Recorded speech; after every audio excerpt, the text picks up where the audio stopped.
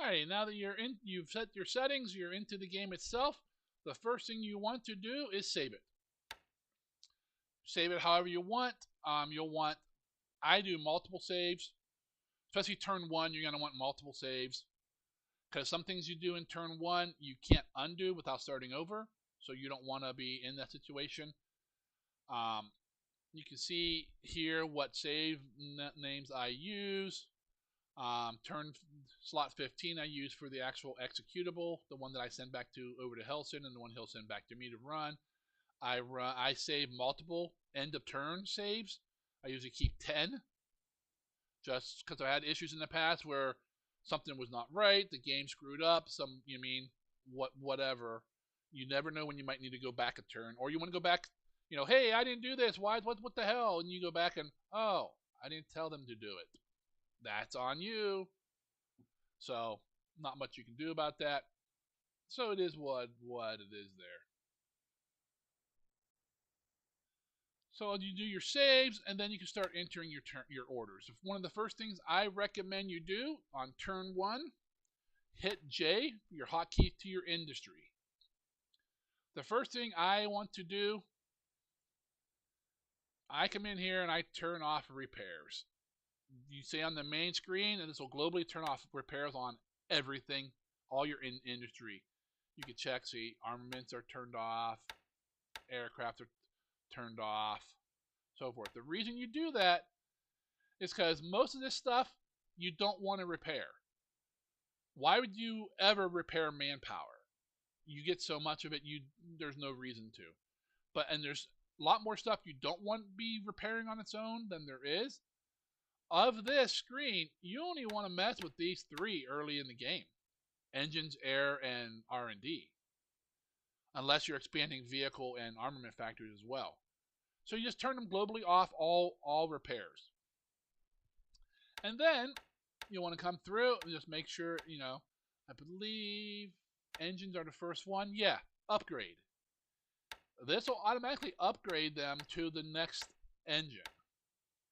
I do not believe there are any upgrades in the game, but I always come through and turn these off. On the off chance that you're playing a mod or a scenario that has engines upgrading to other engines, same thing with ship upgrades. You don't want the game deciding when to upgrade this stuff, because you might be upgrading and realize, hey, I'm out of engines for this plane, and oh, it auto upgraded to the next one, and I'm not ready for that one yet. Those are hard issues to recover from. So you come through, turn the upgrades off. Come in here, the air, you definitely want the upgrades off, because there are a lot of air upgrades. And if you have this turned on, what it does, if your new aircraft arrives on, say, January 1st, 1942, well, January 1st, 1942, and you have this on yes, it'll turn, I believe, orange to let you know it's about to upgrade. And if you don't fix it, the next turn, it upgrades automatically. And you no longer can produce the other plane. And if you convert it back, they all get damaged and you lose some. So it's like you were converting to a different model because it's not in the upgrade path. It's in the reverse upgrade path, which the game doesn't recognize. So you turn all these off. You'll come into R&D as well and turn all of these off.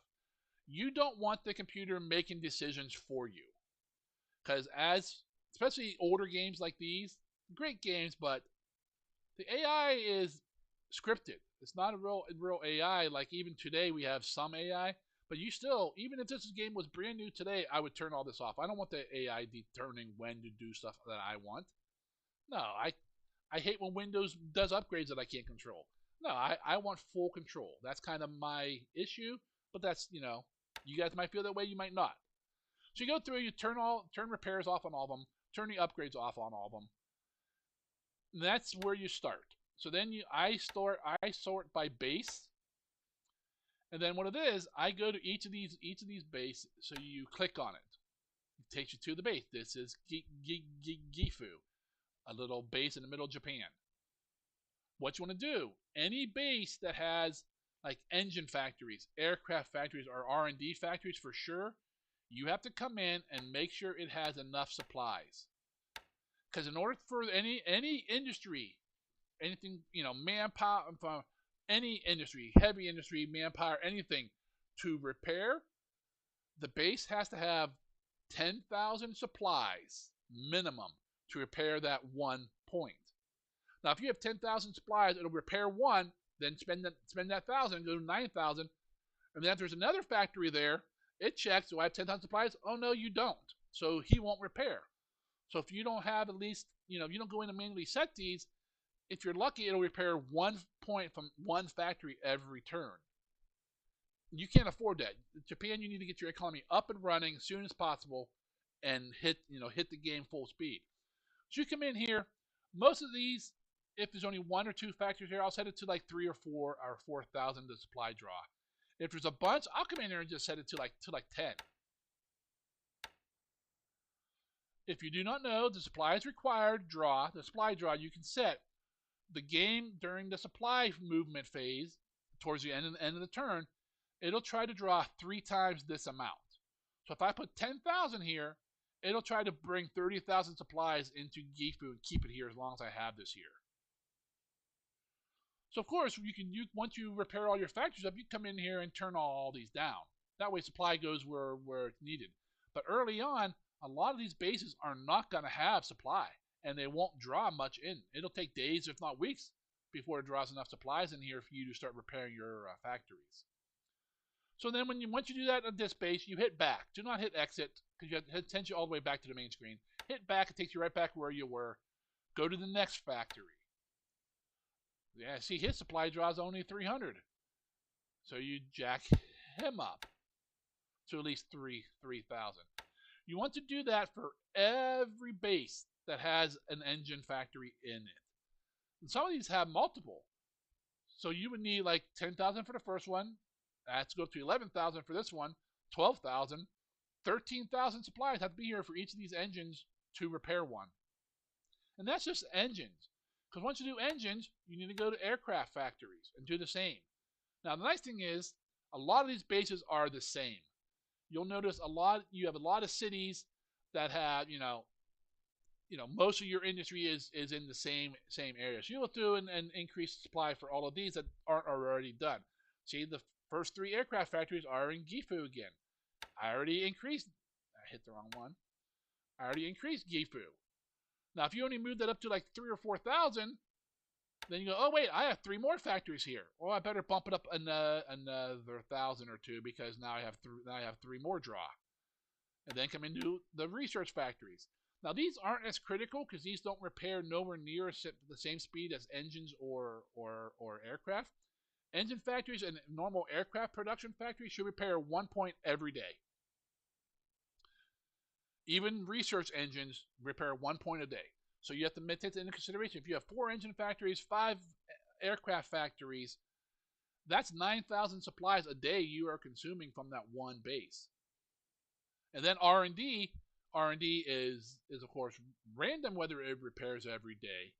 So so I need at least 9,000 plus 10. So I need 20,000 supplies plus maybe one or 2,000 more for the occasional R&D factory that gets repaired. So you need to go through there. Then if you decide you've expanded your naval shipyards or whatever, you need to do the same thing for them. Because of course they need the supplies to repair as well. And since we're on expanding of factories, I don't do a lot of expansion on turn 1, except for like aircraft and engines, and even then I don't go crazy wild. Because at the beginning of the game, you only have so much supply, and they're only in so many areas, and you have a lot of use for supplies in the first 6 months of the game. So I don't normally do any industry expansion in the first month of the game, or the first week or so. So I let to see where my supply situation goes. Now I will of course I'll increase my air factories to whatever I want. Because when you do that, click on this guy here, it comes over here. This repairs it by 1. You can repairs by 1. This increases by 10, and this doubles it. So if you hit 1, now take a look. This expansion will cost you 100 supply, 10 heavy industry points, and 10 manpower just to expand it. And then you'll have to spend 1,000 more supplies to repair it. So this, you expand, 200 factories, You just went through 200,000 supply before you even start repairing anything. So this can hurt you quickly if you don't pay attention. This is why I say I don't expand anything other than aircraft and engines in the first couple weeks. I might want to repair it, enlarge some naval shipyards or, you know, some industry possibly, but you got to do it later in the game once you know what your supply situation is. Now, just in general principles, as in Japan, I use two major ports for 90% of my shipping, especially shipping out for troops. First one is Nagasaki. First thing I would do, I will expand this port all the way up to size 9. It sits here. And then I will increase this up to the max. Because what it is, when you're loading troops on ships to go somewhere to fight, you want to load supply with them. There's a whole bunch of reasons why ships will not load supplies. And that includes how much supply at the base, percentage-wise. So I don't want to have that issue. I want, this is 27, that'll give me 80,000 supplies always in Nagasaki. Currently there's 600,000, but on turn 1, that 600,000 will disappear as it spreads out throughout Japan. The reason a lot of bases have huge numbers here is because in the editor, the field is 6 digits. You cannot exceed 6 digits at any one location in the editor. In the game, you can. I'm not sure what happened there, but you can easily go to at least 7 digits in bases and so forth once the game starts. Because I've had millions of fuel and oil in Palembang and Singapore, so I know it goes to at least 7 digits, possibly even 8. I'm not sure what their limit is when they design the game, but it'll go to at least 7 digits, so you can put at least 10 million of anything in a base once the game starts. But in the editor, the most you can put is 1 million. So a lot of your resources and stuff are spread out in smaller chunks. So I increased Nagasaki because that's my big outpouring of troops. And then Tokyo is the other one. Most of your troops that arrive in Japan will arrive in Tokyo. So you want to make sure you have supplies there to load onto the ships as you send them out, as well as when you want to send out just pure supply convoys. Usually when troops arrive in Tokyo, I decide where it's going. If it's going south, as in, the bone-in down here, anywhere in this area, down to the South Pacific, or going east, towards America there, I leave them in Tokyo. If they're going to like Burma, Malaysia, any of the DEI, I rail them out to Nagasaki, and then ship them out of there. That way, I have 2 ports sending all my men out. That's just kind of how I do that kind of stuff. So once you do all the supply upgrades for all your bases, save it. Because what you don't want to do is forget and then have to start over. Not save it and then go start over and make a mistake and have to start over and then forget to increase those supplies. So after every major area, you want to save. You can save over top each other or save in different save slots depending on how you want to do it. Some people will have 6 or 7 different save slots. I usually have one or 2. It all depends on how you want to handle it. So I did all the supplies, come up here, hit save, and save the game. All right, now my supplies are done. The next thing I would do, if you're going to do it, enlarge your air, engines, and R&D factories. They work the same way. You click on them. You control it right here. The issue is, if you go like this and you're like, okay, I want to do, okay, I hit that and I hit expand. Oh, wait, I didn't want to do that many. Too bad. You can't undo it. On an engine factory or a production aircraft factory, that's not a big deal because you can just stop repair at the size you want and the factory still works. R&D factories only give R&D points if every factory is repaired. So since they only repair relatively to how close the aircraft is to arriving, if you add an extra 10 factories onto an R&D for like the Frank, oh my God. that ship that will probably never fully repair until the Frank's almost here. So you want to be very careful in the R&D uh, area when you expand. So if you make a mistake, you just go back to your save and then do it again. So you want to do each of these sections one at a time, and you will run out of supply on turn 1 if you do this. So this is a lot of times why I save all this for turn 2. Because look, 300 supply, which means I can increase this by, if I hit 3 max, it'll only let me do 3 because I only have 300 supplies at this base. So a lot of times I don't even do any expansion on turn 1. I come through, turn the upgrades off, turn repairs off, then come back in and turn repairs on for the engines, especially if ones that are damaged, like these start damaged. Might as well turn them on, let them start repairing. Aircraft and R&D, turn those on for repairs. But only some bases have enough supplies at the beginning on turn 1 to really expand. So I usually say that's a turn 2 activity usually for me. So if you're playing an opponent, you cannot come in and do anything with your ships.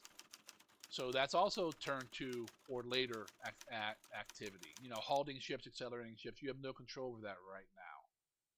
So industry-wise, there's not a whole lot to do on turn 1 other than jack up the supply requirements. That way, when you run turn 1, supply will be distributed to all the bases. Then on turn 2, you can start expanding. Some people do it all at once. Some people do it over a couple turns. Whichever way you want to do it will work for you. I don't think there's a right or wrong, because if you expand a factory by 5 or by 25, it still only repairs one point a day. Some people like to spend all the supply on 1 turn or 2 turns to get it out of the way so they know what they have left. Some people like to kind of do it over multiple turns. But the thing is, you don't really see how much supply you've consumed until it's fully repaired. So it's kind of 6 of one, half dozen of the other. Alrighty, now that we've covered that, let's move on to the next thing. And no, we're not getting close to getting ready to enter orders yet. It's coming, we're getting closer, but there's still many things to think about and do before you actually sit down to enter your first order. So the next topic I want to cover is turn 1 targets and the Magic Task Force. As you may know or may not know, there are X amount of task force for Japan that have the magic move enabled. What that does is lets them move 100 plus hexes on turn 1. Which, as you're thinking, well, that's crazy, but how else can you start up here at Itorafu, which is where KB is, there she is, and reach Pearl in 1 turn? There's no way. But it's a Magic Task Force. The way you tell, see the little exclamation, not exclamation point, see the little star? That signifies Magic Task Force. That means this task force has been flagged in the editor for the magic move. Basically what that means, I believe, is something like 20 times the normal move or something. I don't know as precise as. I know several people discuss it in depth on the Jochen Heiden's Discord server, and I think he even has a video about them. I don't want to go into too much depth about them, other than you want to be aware of which ones they are and what their normal target is. And I went through and made a list of them earlier, and I was surprised that 3 or 4 of them have no target. It's like, what? They're going from like Osaka to Hiroshima. Well, dude, you don't need a Magic Task Force move for that, but that's what it is. So basically, I think those are designed to send somewhere else, or for you to merge with other task forces. Because if you merge a non-Magic Task Force into the Magic Task Force, well, it becomes a Magic Task Force then. If you merge it the other way, then you lose a Magic Task Force. So if you're merging them, you gotta be careful which way you merge. So basically, the first thing you want to need to do before you do anything like that, what's your turn 1 target? There are multiple. The historical one, and what most people do, and their first few games, is Pearl Harbor. While the primary target, the carriers, are not there, I believe there's 8 battleships there, and a plethora of cruisers and destroyers and support ships. hundreds of aircraft sitting on the airfields begging to be destroyed. It's a loot pinata. And for a long time, I would hit Pearl every time. Heck, I even did it where I'd hit Pearl, run away out of range, and come back a day or two later and hit Pearl again, trying to finish off ships. The big discussion between players is, and they realized that during the war, and the American side did after the attack, you can sink, if you sunk all 8 battleships at Pearl, destroyed most of the aircraft, what have you really done? Those battleships are old, slow, and really not worth much. Yeah, they're worth their victory points, but in a fight, they're just meat. Yeah, they can still absorb, the typical 250 kilogram bomb from a Vow without much damage, but torpedo bombers will rip them apart in an actual, once they're out at sea. And if they're out in the middle of the Pacific Ocean and they take 2 or 3, 4 torpedoes, if they don't sink right away, there's no way they're making port. So you have to judge, you have to decide for yourself what's more important to you and your overall strategy. Sinking the battleships at Pearl, destroying all the aircraft at Pearl, it's a nice loot pinata. You get a lot of points and really hamper the scouting ability of the United States for a while. But it's just destroying all those PBYs. But do you really affect the power of the U.S. Navy? In my opinion, no, you do not. You really don't affect that. So Pearl has becoming less and less a a a target for me. I just don't think it's worth it. I think there's bigger threats out there. Most notably, my choice lately has been Manila.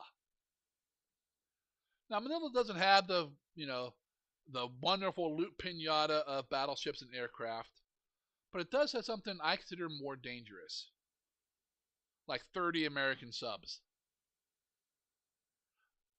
American subs, while at first they're not that dangerous because their torpedoes just don't work, but down the road they're going to get working torpedoes, and Japanese anti-submarine warfare (ASW) is shit until like 43, and even then it's not great.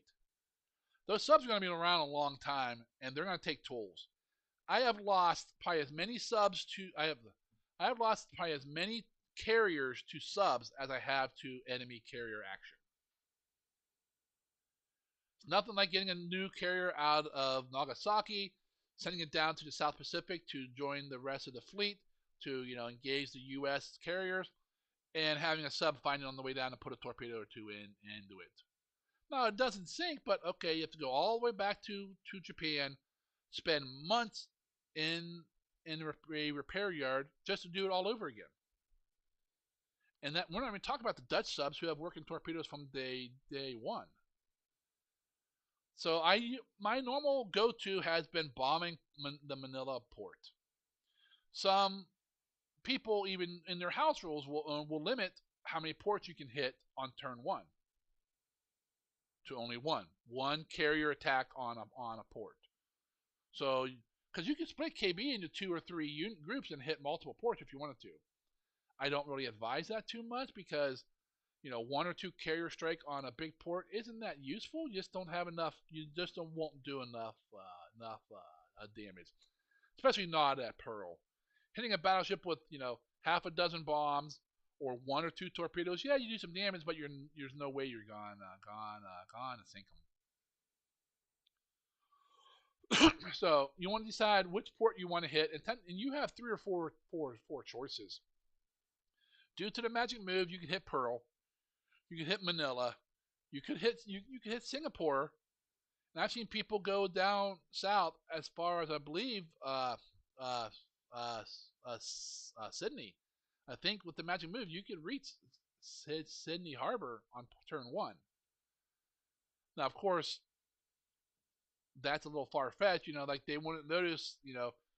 six, Japanese carriers just moseying down into the deep South Pacific, no, they would have been spotted and something would have changed. But I'm just saying there's lots of targets for your carriers on turn one. Pick which one best suits you, what you want, what your playstyle is, and your long-term goals. Because if you hit Pearl, you can get a lot of points, but then your carriers are out of position for at least a week coming back. It'll take them 6-7 days to get back into the South Pacific. And during that time, you have very little air cover for all your invasions and everything else. So you decide, I like hitting Manila now because that puts KB usually right around here. Oh, excuse me. Right in position to dart south to support invasions or dart west. You're still in the main theater of operations at this point in time because everything's coming either into the Philippines, heading to the South Pacific, or heading west over to Malaysia for the first week. Because that's just where you need to strike and you need to get the attack going. So KB could be way over here, out of position to help any invasions, collecting points, or you can be over here where you can be more useful. Now, if you sink all the subs, you won't get the same amount of points as you if you do sink battleships. But personally, I think killing the subs is way more of a valid target. But you need to decide that for yourself. So basically, that's the one main decision you need to do on this: is determine where your carriers are going, whether you're splitting them or not, and what targets are you going for. I don't necessarily like going for individual ships like the Houston or Boise because I'm not sure Japan knew where those were on December 7th. Force Z to me is a legitimate target because that was a known entity, and Japan had to come up with a reason for that. That's why all those battleships are over there in Malaysia on turn one, and the Nels in that are set to naval attack because they knew Force Z was in Singapore, and it would most likely come up to contest any kind of landing, so they had to be prepared to handle it. So that's a legitimate target, but pretty much every other task force and stuff really isn't. You want to hit ports and do a good job at it. So then I want to cover the Magic Task Force some more. I want to go over them. Let me go ahead and pull my notes up here once more. You guys just saw this a moment or two ago. I actually made a new area. Where did it go? Turn 1 Task Force, I called it. So the first group here is the Magic Task Force. So all of these are Magic Task Force. They all have the movement bonus. Here's KB. Here's the Oilers for KB. Here's a CVL coming up out near Babel. Here's heavy some a cruiser and some destroyers. They're going to Cam Bay from Samar. Okay, that's not that useful. Okay. Here's the cover force for the invasions of Malaysia, the Anti-Force Z force, 2 battleships, 2 heavy cruisers, the light cruiser, and 6 destroyers. Like I said, they knew Force Z was there, so they needed to encounter, deal with it. And then here's some more destroyers and so forth. Then some of these are weird, like where are we at? Some of these are like, okay, these 4 destroyers are at Aminato up in northern Japan. They're a Magic Task Force and they have no orders. They just sit there. So you need to do something with that. Here's another one at Shimonesky. 4 destroyers. They go from Shimonesky to Osaka. What? Why is that a Magic Task Force? You need to do something else with that. Some of these Magic Task Force are following amphibious groups. Well, the Magic Task Force probably needs it so they have the range to stay with them. Here's 2 destroyers at Okayama going to Hiroshima. Once again, why? These are ones you can do alternate things with. Add some transports in here, load up some troops and send them somewhere. Or have a transport task, troop convoy, merge with them and go somewhere. Of course, here's a bunch of amphibs down here going everywhere. What I did, I went through every task force on the map on turn one, wrote down their number, where they're at, what they kind of are, where they're going, and if they're troop ships, I wrote down what troops are on them. You come down here, you can see what troops are in these task forces, where their target is, and so forth. These are all magic task forces, so these can all be diverted somewhere else if you wanted to. Instead of landing all these troops at wherever, you can send them somewhere else. And then I also, being how there's more task forces than that, there's all of these at sea as well, but are not magic ones. I wrote down where the task force number, where it's at, what it kind of consists of, if it's warships or if it's amphibious, and so forth.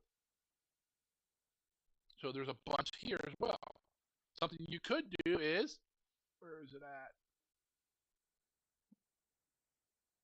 I didn't put down the troops on this one. Okay. But this guy starts at Sendai on the east coast of Japan, and he's going to Kuching. It'll take him a week to get there. Or you could take like one of these magic task force destroyers, like the one up in Ominato, send it down there, have this guy merge with it. All of a sudden, these people go wherever you want now. That's one thing you don't normally do is play the magic task force game. I mean, I move the ones that they have set up to sometimes other locations, but I don't play the merge game. I think I'm gonna need to start upping my game with that to get a better turn one outcome. Let me clean this up a little bit. So you can go through, make your own list, because this may vary per scenario, or especially if you're playing different mods. And then sit down, okay, like this one here. This amphibious task force is leaving from Chichijima, going to Guam. It has a base force and infantry regiment. So I really want to send them to Guam. So I care if we take Guam on turn 1, 2, 3, whatever. So you want to change these according to whatever your overall turn 1 plan is.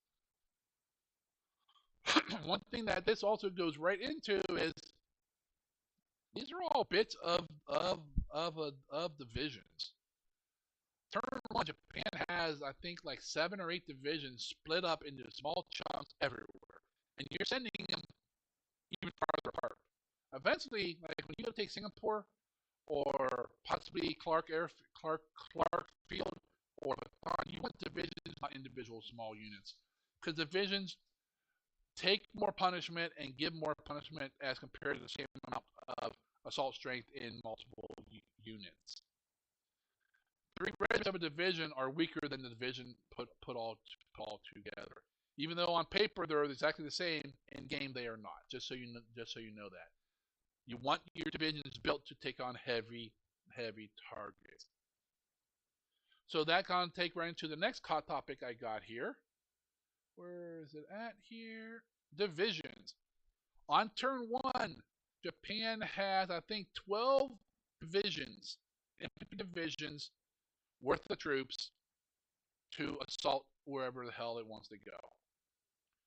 Now, 5 of those divisions are intact, and you got the Imperial Guards Division up at Bataan, heading set up to go to a little star, and then down to Singapore. That's what it's designed to do. The 4th Infantry Division is sitting in Osaka, doing nothing. Get it the hell out of there. 21st Infantry Division is sitting at Shanghai. Be careful pulling it out, because you might drop under the garrison requirement for Shanghai. So be careful with that one, but you want to get it the hell out of there. Now, these are unrestricted divisions, which means you can load them on boats and do whatever you want with them, not compared to restricted ones in China or Japan or in Manchuria. Next one is the 33rd Infantry Division. It's sitting at the nice port of Nagasaki, picking their noses, doing nothing. Get them on ships and send them somewhere. You got the 38th Infantry Division. Now he's going somewhere. He's on his way to Hong Kong, and you want to leave him there. You want him to take Hong Kong because you'll need the firepower. Once Hong Kong falls, he's free. Get him the hell out of Hong Kong. Send him somewhere useful. And then you have multiple divisions, I believe 7, that's in pieces all over the Pacific. first one is the 2nd Infantry Division. All of his pieces parts are going to Malaya. That's fine. They're all going to the same place. What you want to do is make a list like this as well for yourself, so you know what pieces you need to rebuild this division and where they're at. So this division has 2 regiments as said today. The 4th Infantry Regiment is broken into battalions. One's at Iwaki, 2 are on a task force. The tank unit here is on task force C. 124, they're all in the same task force. Which is 124 is most likely going to Malaysia. Me turn back here. 124 is not a magic. But here it is. It's a Sendai going to Kuching. Close to Malaysia there. So these guys are all kind of going to the same place. The 5th Infantry Division is all together and it's on Task Force 91 going to Malaysia. The 16th Infantry Division is all together on Task Force 107 going to Legazpi, the southern part of Luzon. 18th Infantry Division is broken up into pieces going to Cotabaru. 48th Infantry Division is broken up into pieces going everywhere. It's going to Luzon and Wake, apparently. Wake's way the hell out of the middle of the Pacific. That you're not going to be forming this division for a while if you don't change that. 56th, 55th Division. Looks like all the pieces are up in Bangkok and Battambang, heading up either into northern Malaysia or possibly into Burma. They're all kind of together. The 56th Division is mostly in Task Force 123. Part of it's at Abu Dhabi. The rest of it's on Task Force 123, which is a magic task force at Hiroshima. It's going to Malaysia. So you're taking 2/3 of the division to Malaysia, while the other third sits down in the DEI. You gotta decide what you want to do with that. And then I just have notes here for divisions arriving or pieces and so forth, and when they're going to arrive and where. This doesn't really matter to turn 1 information, but these are all your divisions. 3, 4, 5, 6, 7 divisions, either in pieces or already loaded on ships, and you get your 5 that are not. So get these guys the hell out of where they're at. Osaka, Nagasaki. No, don't let them sit in Japan. Their ass needs to be on the front line, taking territory. That's a division. There's nothing the Allies have right now that can withstand that outside of China. Get those troops moving to the front. Whether you send them to Luzon, you send them to Malaya, hell, you send them to the DEI, whatever, it doesn't matter. Get them out of Japan. Get them going somewhere. You need to be loading them up on turn 1. Hey, aren't there magic task forces in this area? There probably are. Load them up and get them out of there. So that's basically what's going to be on this. What I'm talking about here is, magic task forces. They are very useful. Make a list of what they are, where they're at, so you know which ones are which, and how to identify them. Like I said, they are marked with an asterisk, and make them do something useful. You can see several here. Go to Osaka. These guys have no orders at all.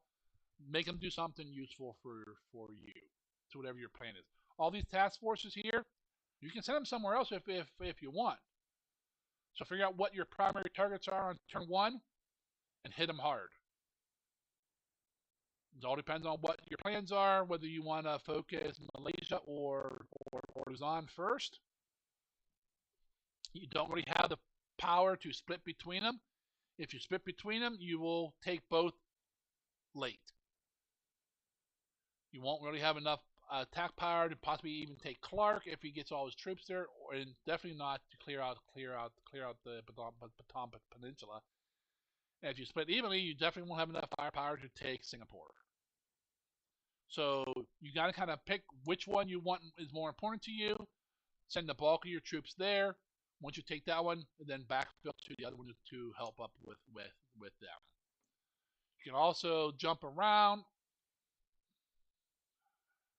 send units down into DEI to take bases. Some people like to take Menando on turn 1, or Kendari. I've seen that done. Because they're big airfields. Get an air headquarters there. Get some netties there, and you control this whole area with torpedoes. Rabal's another nice target, and moving into the Solomons early. You take Rabal and get an air headquarters there and build that up to a size 4 airfield, put some netties there. You can control this whole area with your torpedo bombers. You want to take the Solomons as soon as you can, just so you get there before they can build them up or anything. And even farther south if you want.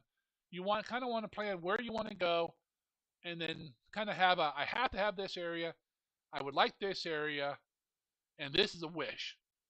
If he plays a giant Sir Robin and it keeps running away, take it all, knowing you won't hold it. But that's your initial plan needs to be for basically what Japan took historically. You want to take as fast as you can with as few of losses as you can, and then go from there according to how the Allied player is playing. Excuse me.